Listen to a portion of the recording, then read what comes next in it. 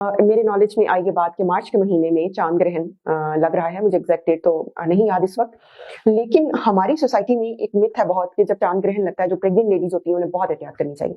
Myths क्या है?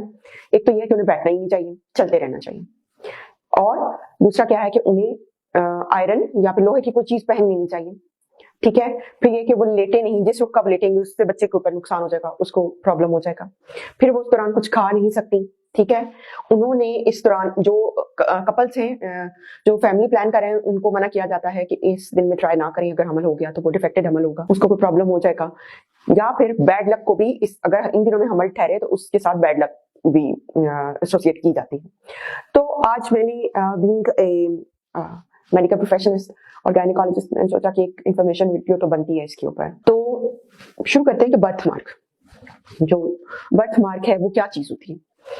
जब कोई बच्चा पैदा होता है और उसके फेस पर, उसके बॉडी पर कहीं भी कोई निशान है, ब्लैक है, ब्राउन है या फिर पेल से कलर का है, तो हम कहते हैं कि ये बर्थ मार्क है। इसका आम जुबान में जिसे कहते हैं अच्छा ये बर्थ मार्क। लेकिन इसके साथ क्लेफ्ट लिप भी है, जिनके लिप कटे हुआ होता है, उसको भी लोग इसके साथ एसोसिएट करते हैं कि चांद ग्रहण है या सूरज ग्रहण है। ठीक है, ये सारी चीजें बच्चों में हो सकती हैं। ठीक है, जो एसोसिएट की जाती हैं वे चांद ग्रहण के साथ और सूरज ग्रहण के साथ।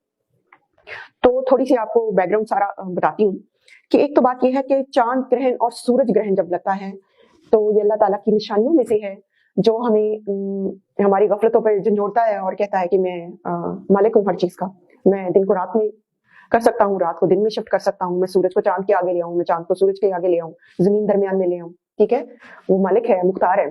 ठीक है, और इसमें कोई ऐसी चीज नहीं होती, स्पेशली जब चांद ग्रहण लगता है। जो चांद ग्रहण लगता है ना, उसमें कोई रेज नहीं आती, उसमें सिर्फ ये है कि पोजीशन चेंज होती है उसकी, अर्थ की और मून की, तो उससे ये चीजें अफेक्ट होती हैं। लेकिन जो सूरज ग्रहण है उसमें रेज जरूर निकलती हैं, अल्ट्रावायलेट रेज होती हैं जो नुकसानदेह होती हैं, जो कि आपको कहा भी जाता है कि आप डायरेक्टली उस वक्त उसकी तरफ ना देखें, कुछ शील्ड रख ले, कुछ करें, क्योंकि वो आपके रेटिना या आई को डैमेज कर सकती हैं। ठीक है, लेकिन वो रेज भी या वो शुआएं भी बच्चे तक नहीं पहुंचती। ठीक है, अगर आप प्रेग्नेंट हैं तो बच्चे तक नहीं पहुंच। आप ये चीजें देख के अल्लाह की अजमत को एडमायर करें, बाकी इसके अंदर रेस या कोई खतरनाक चीज ऐसी कोई नहीं निकलती जो कि सिर्फ प्रेग्नेंट लेडीज को टारगेट करेगी। अब आती हूँ इस तरफ कि जो फिर बच्चे इस तरह पैदा होते हैं तो फिर वो क्या चीज है। अब ये बर्थ मार्क में 3-4 टाइप के होते हैं। एक होता है मेलानोमा, जो कि बिल्कुल ब्लैक कलर का होता है, कहीं भी बन सकता है, लाइक सर पे है, फेस पर है, बैक पे है, फ्रंट पे है, हाथों पे है। ये बेसिकली स्किन डार्कनिंग जो सेल होते हैं ना, इसके लिए बच्चा इस तरह पहले सेल इकट्ठे होते हैं और फिर उससे बनना शुरू होता है, तो डिवीजन समटाइम नहीं हो पाती है प्रॉपर, तो वो एक कलेक्शन सी सेल्स की रह जाती है। ठीक है, तो उस कलेक्शन की वजह से वहां डार्क कलर आ जाता है। ठीक है, और कोई इसमें रिस्क नहीं होता है। फिर आ जाते हैं रेडिश टाइप के उभरी हुई चीजें, जो अक्सर बच्चे के रिलेटिवली सॉफ्टर एरियाज के ऊपर होते हैं। ठीक है, जैसे लिप्स पर हो गए, यहाँ फोरहेड पे होते हैं, फेस पे यूजुअली ज्यादा होते हैं, जो कि ब्लीड टू टच होते हैं, अगर उसमें चोट लग जाए तो बड़ी ब्लीडिंग होती है। ठीक है, तो वो होते हैं, वो ये होता है कि जो शरियाने हैं उनका एक गुच्छा सा बना जो कि प्रॉपरली डिवाइड नहीं हो पाता बर्थ के टाइम पर, तो उसको हम कहते हैं एंजियोमा। फिर आ जाते हैं पेल से फ्लैट, ऐसे जैसे मार के हल्का सा पिंकिश पेल सा उसकी तरह, वो भी स्किन का एक डिसऑर्डर है। ठीक है, ये जो चीजें, और दूसरा क्लेफ्ट लिप, वो सेपरेट एक चीज है। क्लेफ्ट लिप यूजुअली उन बच्चों में होता है जिनके एक तो जेनेटिक्स हो, यानी फैमिली में चलता आ रहा हो, या फिर उन बच्चों में होता है जिनकी मदर डायबिटिक हो, जिनकी मदर ने फोलिक एसिड ना लिया हुआ हो, जिनकी मदर एपिलेप्सी या मिर्गी की दवाइयों के ऊपर रही हुई हो, ये उन बच्चों में हो जाता है। या फिर ओवरऑल बच्चा सिंड्रोमिक बच्चा है, जैसे डाउन सिंड्रोम है, ट्राइसोमी है, उनके बच्चों के अंदर क्लेफ्ट लिप होता है। ठीक है, जो बाकी चीजें हैं वो जेनेटिक्स डिटरमिन करती है, जो मैंने काले रंग का निशान को भी बड़ा सा भी हो सकता है, छोटा सा भी हो सकता है, किसी भी किस्म का। इनको यूजुअली ट्रीटमेंट की जरूरत नहीं होती है, ये कॉस्मेटिक प्रॉब्लम जरूर करते हैं आप। ठीक है, तो ये लेकिन ट्रीटेबल है। अब आप एक तो कॉस्मेटिक्स की वजह से आप अपने डॉक्टर को कंसल्ट कर लें, वो भी ये कहेंगे कि बच्चा थोड़ा बड़ा होगा तो फिर कॉस्मेटिक्स के पॉइंट ऑफ व्यू से इसकी जो भी कुछ ट्रीटमेंट बनता होगा वो करेंगे। छोटे बच्चों के ऊपर तो कोई भी नहीं करता।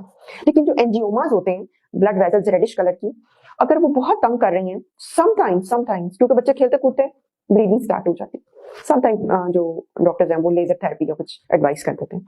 लेकिन ग्रोइंग एज के साथ मेलानोमा भी कम होना शुरू हो जाते हैं, साइज में भी कम होते हैं और कलर में भी। और जो एंजियोमाज है वो भी हील होना शुरू हो जाते हैं। बहुत थोड़े रह जाते हैं जो 16 साल तक के बच्चे के अंदर रह जाते हैं। जो पेल कलर फ्लैट एरियाज होते हैं वो भी फेड ऑफ हो जाते हैं। अब आपको मैं एक बात बताऊं कि किन हालात में आप एंटिसिपेट करें कि ये खतरनाक है थोड़े, ये सही वो वाले नहीं है कि इनको इग्नोर किया जा सके। एक तो बच्चे की बैक पे है, बैक बोन के साथ है, वो चाहे किसी भी साइज का ब्लैक कलर का उसका मेलानोमा है, आप जरूर अपने एक चाइल्ड स्पेशलिस्ट को जरूर दिखाएं। ठीक है, एंजियोमा है, बार बार ब्लीड करता है, वो जरूर दिखाएं। ठीक है, और पैच बहुत बड़ा है तो भी अपने डॉक्टर के पास जरूर जाएं। अच्छा, उसमें आपको ट्रीटमेंट क्या क्या मिल सकता है? इसमें ट्रीटमेंट लेजर थेरेपी हो सकती है, एंजियोमास की सर्जरी हो सकती है, और इसके साथ जो स्पेशल टाइप का परमानेंट मेकअप होता है वो भी हो सकता है पेल पैचेस के ऊपर। लेकिन इस सारे चक्कर का चांद ग्रहण के साथ कोई लेना देना नहीं है। हाँ, ये एक प्रॉब्लम हो जाती है बर्थमार्क्स की, इसको अपनी एज के अकॉर्डिंगली, बच्चे की एज के अकॉर्डिंगली आपने मैनेज करना है। लेकिन प्रेग्नेंट लेडीज को, ट्रस्ट मी, मैंने एक केस सुना है, मेरे पास तो पेशेंट नहीं आई कि वो चांद ग्रहण 2-3 घंटे रहा और उसके घर वालों ने कहा कि तुमने चलते ही रहना, तुमने बैठना नहीं, ताकि बच्चे के ऊपर कोई मार्क ना आ जाए, तो चल चल के उसका बुरा हाल हो। इसलिए समटाइम्स जो नॉलेज होता है ना वो बड़ा कंपल्सरी हो जाता है, ताकि आप इन मिथ से, इन बिद्दतों से थोड़ा दूर रहें। ठीक है।